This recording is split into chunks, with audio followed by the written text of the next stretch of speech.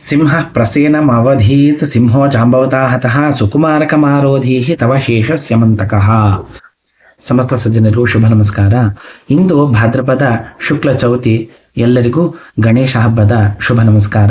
ಹೀಗಾಗಿ ವಿಶೇಷ ಏನು ಅಂತಂದ್ರೆ, ಆ ಗಣಪತಿಯ ಹಬ್ಬದಲ್ಲಿ ನಾವು ವ್ರತಕಥೆಯನ್ನೆಲ್ಲ ಕೇಳಬೇಕಾದ್ರೆ ಸ್ಯಮಂತಕ ಉಪಾಖ್ಯಾನವನ್ನು ಕೇಳುವಂತಹ ಸಂದರ್ಭ ಇದೆ.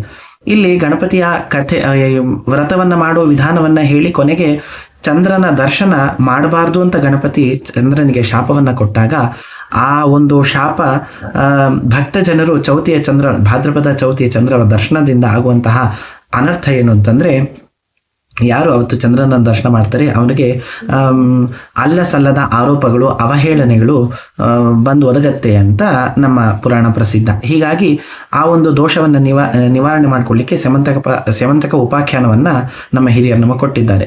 ಹೀಗಾಗಿ ಆ ಸ್ಯಮಂತಕ ಉಪಾಖ್ಯಾನ ಏನ್ ಹೇಳುತ್ತೆ ಅನ್ನೋದು ವಿಷಯ. ಅಲ್ಲಿ ಪ್ರಸೇನ ಸಿಂಹನಿಂದ ಹತನಾಗ್ತಾನೆ, ಜಾಂಬವಂತ ಸಿಂಹನನ್ನ ಹತ ಮಾಡ್ತಾನೆ.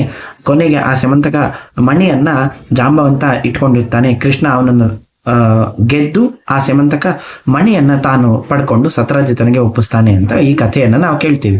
ಆದ್ರೆ ವಿಷಯ ಏನು ಅಂತಂದ್ರೆ, ಧನಪ ವಿಶ್ವಕ್ಸೇನ ವೈದ್ಯಾಶ್ವಿನಿಗಳಿಗೆ ಸರಿ ಅನಿಪ ಷಣ್ಮುಗ ನನುಜ ಶೇಷ ಶತಸ್ಥ ದೇವೋತ್ತಮ ವಿಯದ್ಗಂಗಾ ಅಂತ ಜಗನ್ನಾಥದಾಸರು ಹರಿಕಥಾಂಸಾರದಲ್ಲಿ ಹೇಳಿದಂತೆ, 18ನೇ ಕಕ್ಷೆಯಲ್ಲಿರುವಂತಹ ಗಣಪತಿ 12ನೇ ಕಕ್ಷೆಯಲ್ಲಿರುವಂತಹ ಚಂದ್ರನನ್ನ ಶಪಿಸ್ದ ಅಂತಂದ್ರೆ ನಾವಿಲ್ಲಿ ವಿಚಾರ ಮಾಡಬೇಕಾದ ವಿಷಯ ಇದೆ ಅಂತ ಅರ್ಥ.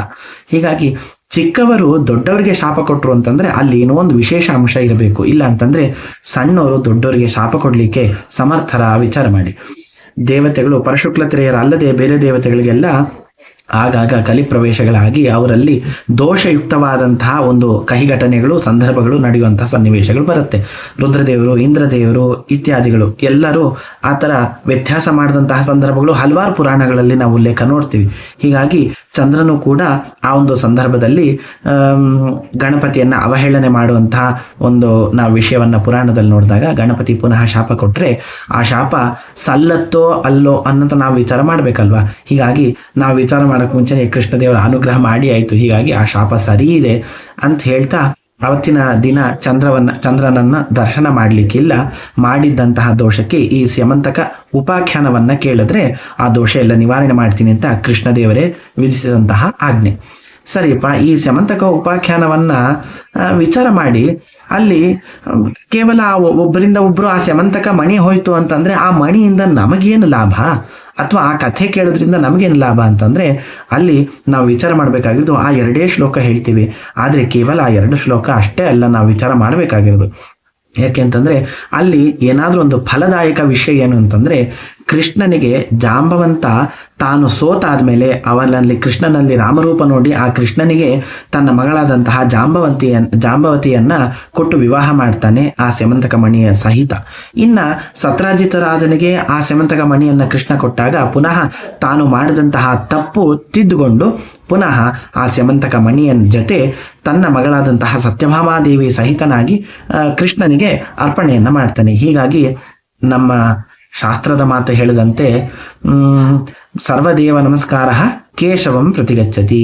ಎಲ್ಲಿ ಏನೇ ಮಾಡಿದ್ರು ಆ ಒಂದು ನಮಸ್ಕಾರವು ಮತ್ತೊಂದು ಎಲ್ಲವೂ ಹೋಗಿ ಸಮುದ್ರವನ್ನ ಹೇಗೆ ಸೇರುತ್ತೋ, ಅರ್ಥಾತ್ ಎಲ್ಲಾ ನದಿಯ ನೀರು ಹೋಗಿ ಹೇಗೆ ಸಮುದ್ರ ಸೇರುತ್ತೋ ಎಲ್ಲಾ ನಮಸ್ಕಾರವು ಹೋಗಿ ಭಗವಂತನನ್ನ, ಕೃಷ್ಣ ದೇವರನ್ನ ಅರ್ಥಾತ್ ಕೇಶವ ಅಲ್ಲಿ ದೇವರನ್ನ ಸೇರತ್ತೆ ಅಂತಂದ್ರೆ, ಹೀಗಾಗಿ ಈ ಗಣಪತಿಯ ಒಂದು ಮಾತನ್ನ ಮೀರಿ ನಾವೇನಾದ್ರು ಚಂದ್ರನನ್ನ ವೀಕ್ಷಣೆ ಮಾಡಿದ್ರೆ ಆ ಒಂದು ದೋಷದ ಪರಿಹಾರಕ್ಕೆ ಭಗವಂತ ನಿನಗೆ ನಾನು ನಮಸ್ಕಾರ ಮಾಡ್ತಾ ಇದ್ದೀನಿ ಅನ್ನೋ ಒಂದು ಅಭಿಪ್ರಾಯ ಅಲ್ಲಿ ಜಾಂಬವತಿ ಮತ್ತೆ ಸತ್ಯಭಾಮ ವಿವಾಹವ ಪ್ರಸಂಗವನ್ನ ನೆನೆಸ್ಕೊಂಡು ಆ ಕೃಷ್ಣ ದೇವರ ಕಲ್ಯಾಣವನ್ನು ನೆನೆಸ್ಕೊಂಡ್ರೆ ಆ ಎಲ್ಲಾ ದೋಷ ಹೋಗುತ್ತೆ ಅಂತ ಆ ಸ್ಯಮಂತಕ ಉಪಾಖ್ಯಾನದ ಜೊತೆ ಈ ಕಲ್ಯಾಣವನ್ನ ಕೇಳಲೇಬೇಕು.